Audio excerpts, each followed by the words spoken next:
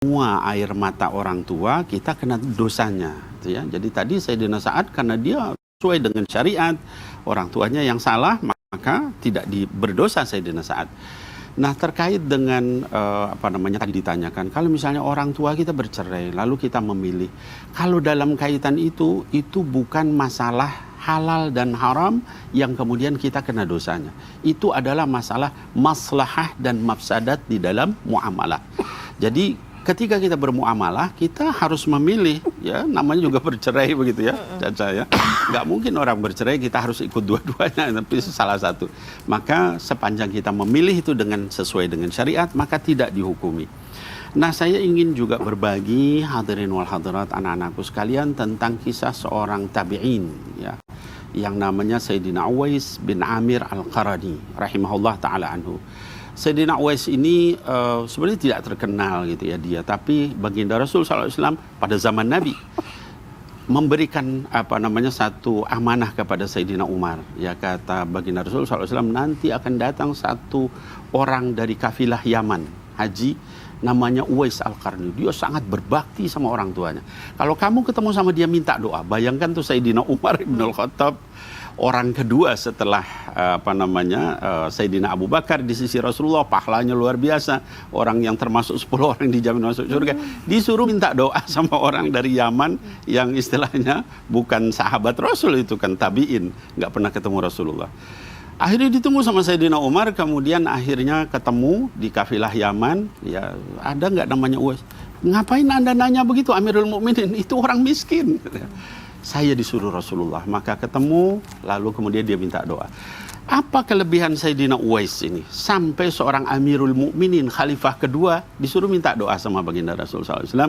Kelebihannya karena dia berbakti kepada ibunya. Ya. Jadi dia itu senantiasa berbakti dan tidak pernah bermaksiat sama ibunya. Maka sama Allah Subhanahu Wa Taala diangkat derajatnya sampai kata baginda Rasul SAW suruh minta doa sama dia. Nah, dari ini semua hadirin wal hadirat, lalu kita ini di mana? Ya. Apa kita mau ngambil itu atau tidak? Ya. Kita malah kemudian menyia-nyiakan itu, sebagian dari kita. Marah sama orang tua, nggak nurut sama orang tua, bikin sakit hati orang tua. Lalu bagaimana kita mau masuk surganya Allah? Jadi sekali lagi, tidak semua air mata itu kemudian kita salah, tapi timbang-timbang secara syariat. Ini kita maksiat apa enggak, ya. Kalau hal-hal yang sifatnya pilihan, hal-hal yang kemudian tidak bisa dihindari, maka itu kemudian kita tidak dihukumi karena itu. Nah, mudah-mudahan dengan ini semua anak-anakku sekalian hadirin wal hadirat membuat kita semakin sayang sama orang tua, semakin melihat apakah yang saya lakukan ini bermaksiat kepada orang tua kita atau tidak. Ada seorang lagi tabi'in yang namanya Sayyidina Ali Zainal Abidin, ya, putra dari Al-Husain. Itu beliau kalau makan bareng, itu Caca, itu dia nggak mau makan bareng sama orang tuanya. Kenapa? Ditanya, kenapa? Katanya, Anda nggak mau makan. Saya takut orang tua saya itu ngelihat ke makanan itu, mau nyuap yang itu udah saya ambil dulu. Oh ya ampun, saking menjaga hatinya orang tua. Jadi walaupun memang kita sebagai anak mungkin pasti ada kekecewaan terhadap orang tua, tapi udah deh, Allah tuh bilangnya balas aja sama kebaikan. Nanti sama saya. Kenapa? Dulu selama ibu saya masih hidup, aku nggak berani makan kepiting. Karena ibu saya suka makan kepiting. Masya Allah, tabarakallah. Kalau saya malah kebalik, ibu saya kayak lagi mau makan, iya ngalah, nggak usah deh, kamu aja deh, gitu. Aku tuh kadang-kadang kayak kepiting, airnya doang, kuahnya. Iya, kuahnya aku suka banget. Pengen juga tapi saya suka lihat. Itu bagus. Itu adalah salah satu rahasia kesuksesan Ustadz Maulana. Allah tabarakallah, ya nggak? Bener nggak? Memberikan rezeki kepada orang tuanya, kepiting dibalas Allah lebih-lebih berkali lipat. Masya Allah tabarakallah, Ustadz Maulana tuh Masya Allah tabarakallah. Ustadz, sekarang kita kasih kesempatan buat jamaah Islam itu indah, karena sekarang kita masuk ke segmen Tanya Dong Ustadz. Kami semua tanya dong Ustadz. Yang pertama dari Instagram hamba Allah. Assalamualaikum Pak Ustadz, izin bertanya, kenapa ibu saya sering menangis ya Ustadz? Karena kakak saya meninggal gara-gara nyelamatin saya pas kecelakaan. Oh gitu. Saya nggak tega Ustadz lihat ibu saya nangis karena nggak rela kakak meninggal karena memang kesalahan saya. Apakah ibu saya menangis dan marah kepada saya Ustadz gara-gara kakak saya meninggal? Gimana tuh Ustadz? Begini, sebenarnya mohon maaf tanpa menggurui, hanya mengingatkan kepada semuanya. Dengan ini saya tegaskan bahwa ketika ada orang yang meninggal, berduka dan sebagainya, kita dianjurkan untuk apa? Jangan meratap. Karena ketika kita meratap, menyakiti almarhum dan melukai orang tua.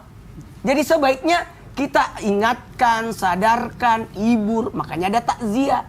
Ini yang harus kita lakukan. Dan kalau mau berkata minta maaf sama orang tua, maaf itu mengembalikan perasaan orang tua dengan menghiburnya, dengan membantunya, dengan menuntunnya. Karena kenapa? Ketika orang kehilangan, otomatis pasti ada reaksi. Kemudian disabarkan. Kemudian buat dia ridho. Akhirnya dia bersyukur. Beritahukan bahwa ini adalah qadarullah. Innalillahi wa inna ilaihi rajiun. Kemudian katakan bahwa ini adalah termasuk husnul khatimah. Ya gitu. Jadi kita arahkan kepada sesuatu yang baik sehingga orang tua pun merasa iya, ini kembalikan kepada. Jadi ternyata kalau kita meratapi orang yang udah meninggal itu siksaan buat orang meninggalnya. Siksaan. Kenapa kok bisa gitu, Ustaz? Coba ratapan apa? Oh, kalau dia tidak berarti menyalahi takdir kan?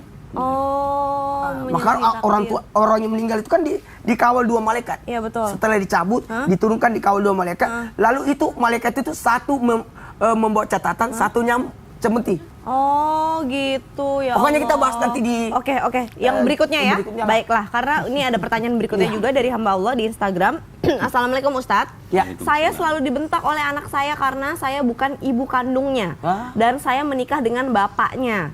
Ketika suami saya pergi kerja, anak tersebut selalu ngebentak saya dan bikin saya nangis.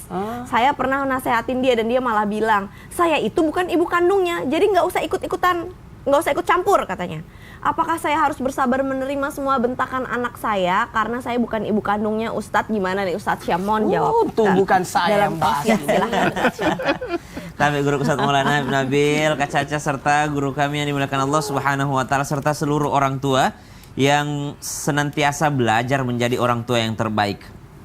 Karena orang tua itu bukan hanya disebabkan nasab tapi juga sabab. Kalau orang tua nasab ya yang melahirkan, tapi kalau sabab itu adalah ada penyebabnya sehingga dia menjadi orang tua kita. Termasuk sabab ilmu, maka guru itu adalah orang tua juga. Sabab pekerjaan, maka atasan itu adalah orang tua juga dalam bidang pekerjaan. Termasuk diantaranya sabab pernikahannya orang tua, salah satu orang tua kita misalnya ayah atau ibu kita menikah dengan orang asing tersebut, maka orang asing tersebut tadi akan menjadi orang tua kita. Nah pertanyaannya sekarang ternyata sang anak tadi ini tidak menyukai si ibu sambungnya.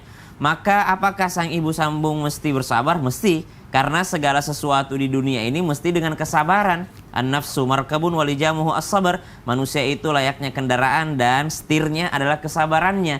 Dan Allah Subhanahu wa taala memerintahkan kita untuk senantiasa bersabar dalam hal apapun itu. Ba'da naqul a'udzubillahi minasyaitonir rajim. يا أيها الذين آمنوا اصبروا وصابروا ورابطوا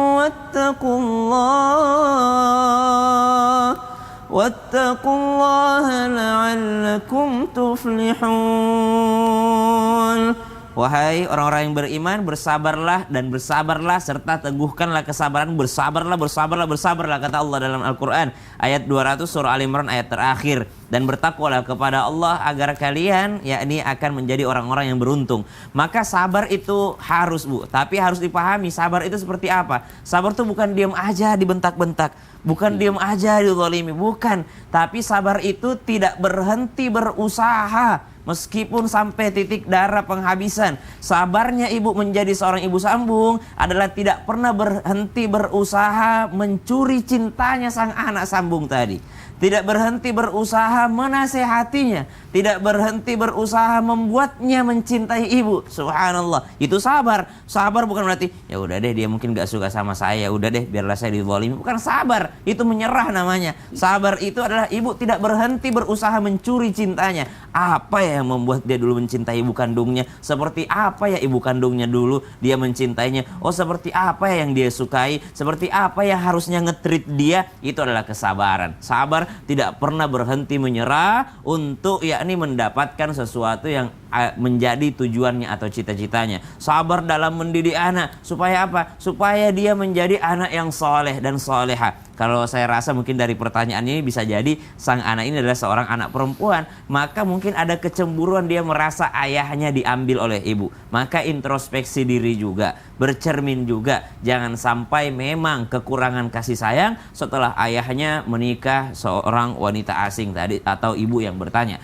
Maka tanyakan atau sampaikan kepada suami atau ayah anak tersebut dengan mengatakan, jangan kau berubah setelah engkau menikahi saya sehingga berkurang kasih sayangmu terhadap anakmu. Mungkin bisa jadi itu yang membuatnya tidak menyukaiku sebagaimana itu adalah cintanya kepada ibu kandungnya. Maka sampaikan dengan sabar. Itu yang disebut dengan sabar. Bukan berarti menikmati derita, bukan berarti menikmati siksaan, bukan berarti menikmati dizalimi ataupun dibenci oleh sang anak sambung tadi, tapi bersabar untuk mendapatkan cintanya, mendapatkan kasihnya. Yang kedua, bagaimana caranya untuk bersabar? Dalam Al-Quran ayat 250 surah Al-Baqarah memang ada doa yang diajarkan oleh Allah Subhanahu wa taala. Rabbana afrigh alaina sabra. Ya Allah, penuhi hatiku ini dengan kesabaran sehingga tidak ada ngeluh di dalamnya, tidak ada capek di dalamnya, penuh. Wa tsabbit aqdamana wansurna 'alal qaumil kafirin.